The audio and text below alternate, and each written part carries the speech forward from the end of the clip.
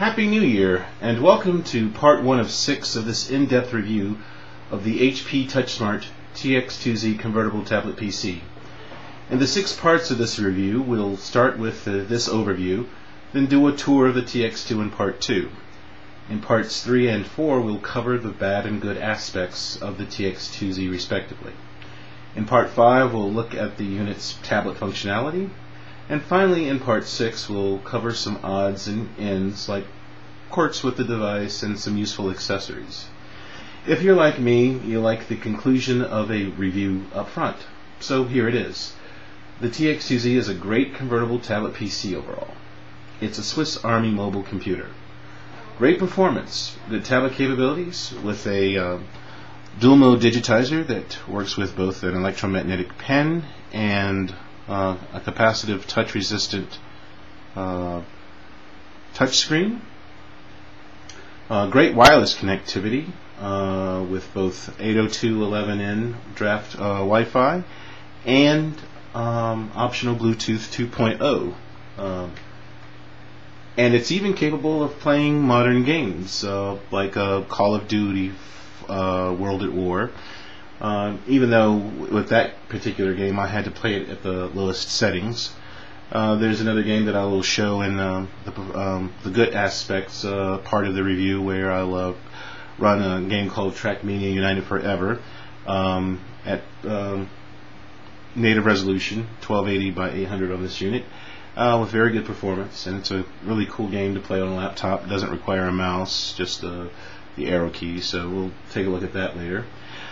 Unfortunately, the unit does have some significant flaws, and they are the two biggest ones are the heat and noise coming out of the vents here, and when running at maximum power, it's not quite as bad, or it's a lot better actually when running on like power saver mode.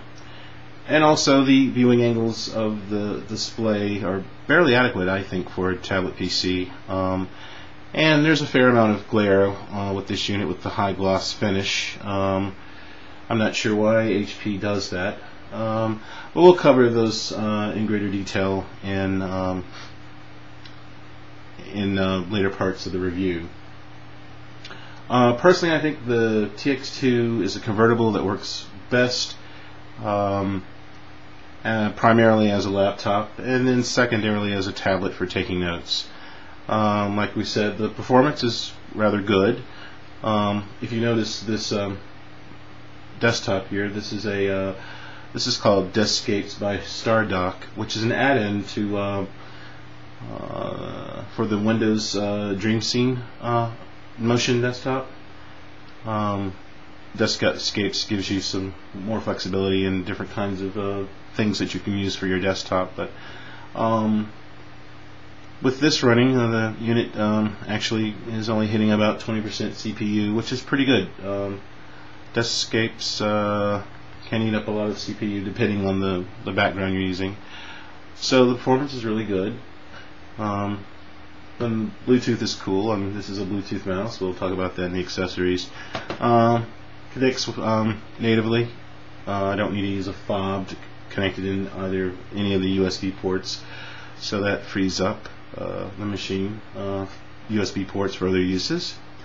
I'll talk about these pads as well. I use that to help stabilize the screen in tablet mode. But we'll take just a quick look, and the unit's running at full power right now.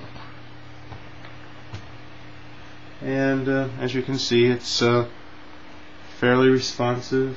Screen rotation works pretty quickly at full power. Fair amount of heat though does come out of the vents here.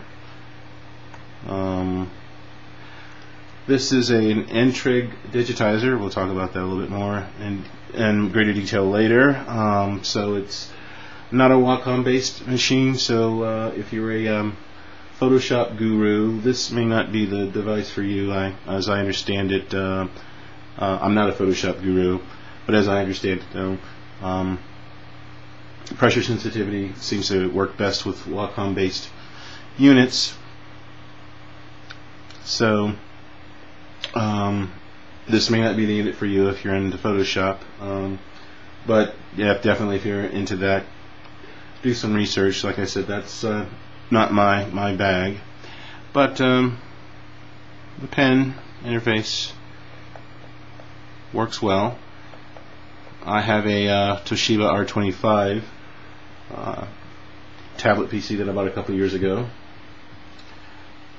and the pen on this works probably a little better actually. The edges, which is traditionally a problem with tablet PCs, there's no issue with getting good steady response from the cursor even around the edges.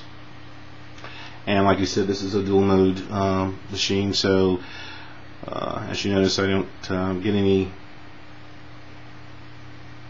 input from my touch until I actually enable the touch-based digitizer.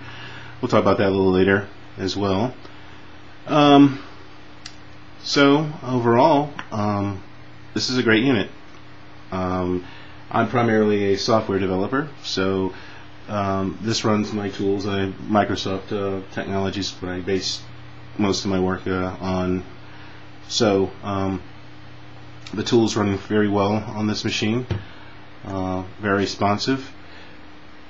As you may have noticed in the overlay text, I have upgraded the hard drive in this device to a 320 gigabyte 7200 RPM unit to help increase the speed. I have a lot of startup tasks, so anything to make the unit run a little better. Of course, with Vista actually runs very well, I think, on this machine. I know Vista's maligned for performance, but I do have a lot of startup stuff, so faster hard drive is better.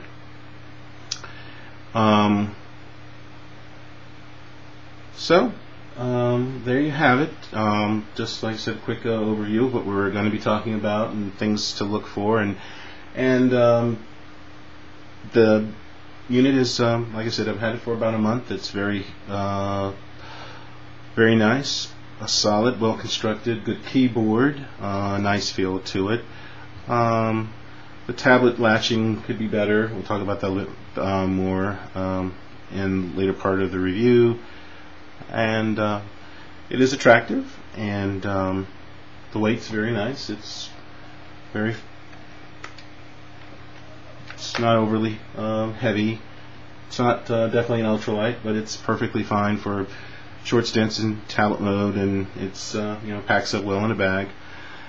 And the screen actually in laptop mode, standard laptop mode, is actually quite bright and vibrant. Like I said, the view angles really are mainly a problem in tablet mode, and we'll talk about that later as well. So let's get started with a tour of the TX2Z and see what's under the hood.